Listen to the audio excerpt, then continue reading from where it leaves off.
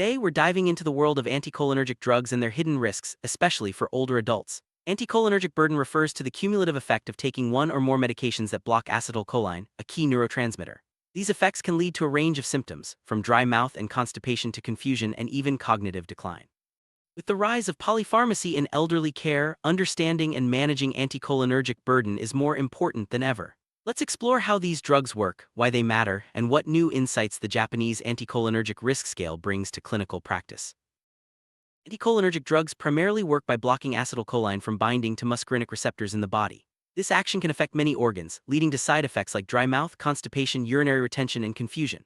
In older adults, these effects can be particularly pronounced, increasing the risk of falls, cognitive impairment, and a decline in quality of life. Not all anticholinergic effects are due to direct receptor blocking. Some drugs have more complex indirect mechanisms. Understanding these pathways is crucial for safe medication management.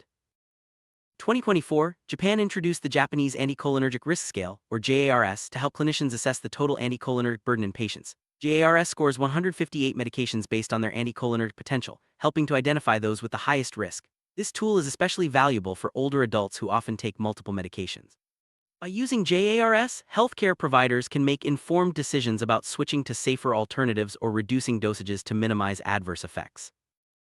Interestingly, not all drugs with anticholinergic effects act by blocking muscarinic receptors. Some medications identified as ALBMR drugs show anticholinergic-like effects without strong receptor binding.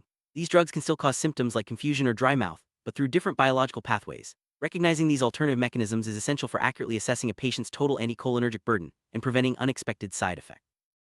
Researchers use computational methods like molecular docking to predict how strongly drugs bind to muscarinic receptors. These simulations help identify which medications have high or low binding affinity. However, real-world factors like water molecules and electrolytes in the body can affect these results. That's why in vitro experiments are still necessary to confirm a drug's true anticholinergic potential. Docking studies are a valuable first step, but they have their limitations. Xanidine is a muscle relaxant that acts as an alpha-2 adrenergic receptor agonist. While it doesn't strongly bind muscarinic receptors, it can still cause anticholinergic-like effects by inhibiting acetylcholine release through sympathetic nervous system pathways. This highlights how drugs can have indirect anticholinergic effects, even if their main action isn't on the cholinergic system. Understanding these nuances is vital for safe prescribing. Aclofen, another muscle relaxant, is a GABA derivative that reduces muscle spasms. Its anticholinergic-like effects are thought to be mediated by GABA activation, which can inhibit acetylcholine release. While not a classic anticholinergic, baclofen can still contribute to symptoms like dry mouth or abdominal discomfort, especially in older adults. This example shows how drugs outside the typical anticholinergic class can still impact cholinergic function.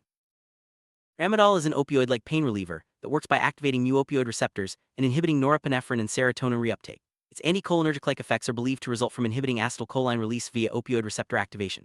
This can lead to symptoms like dry mouth and nausea, even though tramadol isn't a traditional anticholinergic drug. Recognizing these indirect effects is crucial for comprehensive risk assessment. Theophylline is a bronchodilator used for asthma and COPD. Its mechanism is complex, involving phosphodiesterase inhibition, adenosine receptor antagonism, and catecholamine release. While it can promote acetylcholine release in some tissues, it may also inhibit its release in others, depending on concentration and context. This dual action means theophylline's anticholinergic-like effects can vary, making careful monitoring important in elderly patients.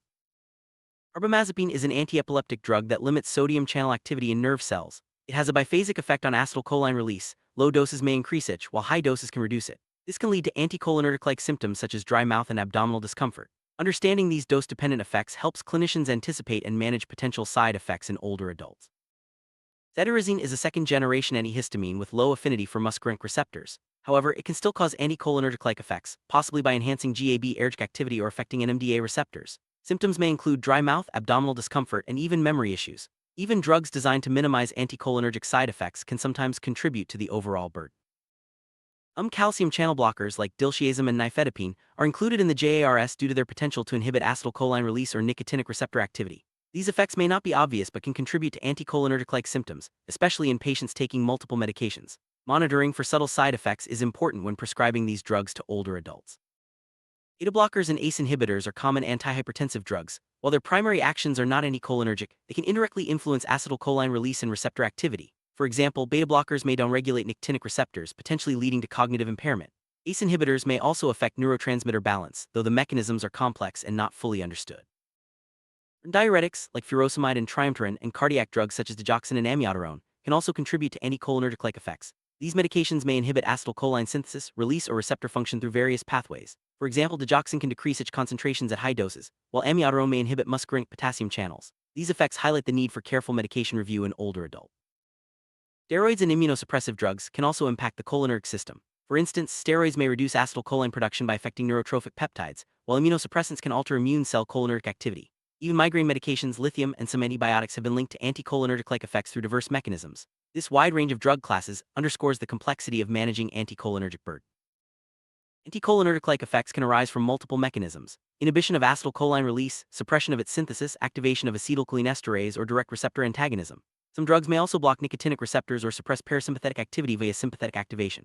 Understanding these varied pathways helps clinicians anticipate and mitigate adverse effects, especially in vulnerable populations. Aging naturally reduces cholinergic function in the brain and other organs. Studies show that muscarinic and nicotinic receptor density often declines with age, making older adults more susceptible to anticholinergic side effects. When medications with anticholinergic or anticholinergic-like effects are added, the risk of cognitive decline, falls, and other geriatric syndromes increases. This makes regular medication review and risk assessment essential in elderly care. Drug-induced geriatric syndromes such as cognitive decline, dizziness, and urinary dysfunction are often linked to anticholinergic burden. The JARS helps clinicians identify and reduce the risk by calculating the total anticholinergic load. Switching to medications with lower anticholinergic potential or reducing doses can help prevent these syndromes and improve quality of life for older adults. Recognizing that many commonly used drugs have anticholinergic effects, even if not classified as such, can change clinical practice. Regularly assessing anticholinergic burden, especially in older adults with polypharmacy, can help prevent cognitive decline and other adverse events. Future research may focus on developing better screening tools for ALBMR drugs and understanding their mechanisms to guide safer prescribing.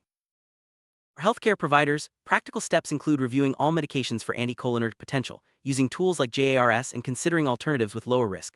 Regularly reassessing medication regimens, especially after changes in health status, can help minimize anticholinergic burden. Patient education and interdisciplinary teamwork are also key to optimizing outcomes in elderly care. In summary, anticholinergic burden is a significant concern in elderly care, with many drugs contributing through both direct and indirect mechanisms. The Japanese Anticholinergic Risk Scale offers a valuable tool for assessing and managing this risk. By staying informed and proactive, clinicians can help prevent adverse outcomes and support healthier aging for their patients.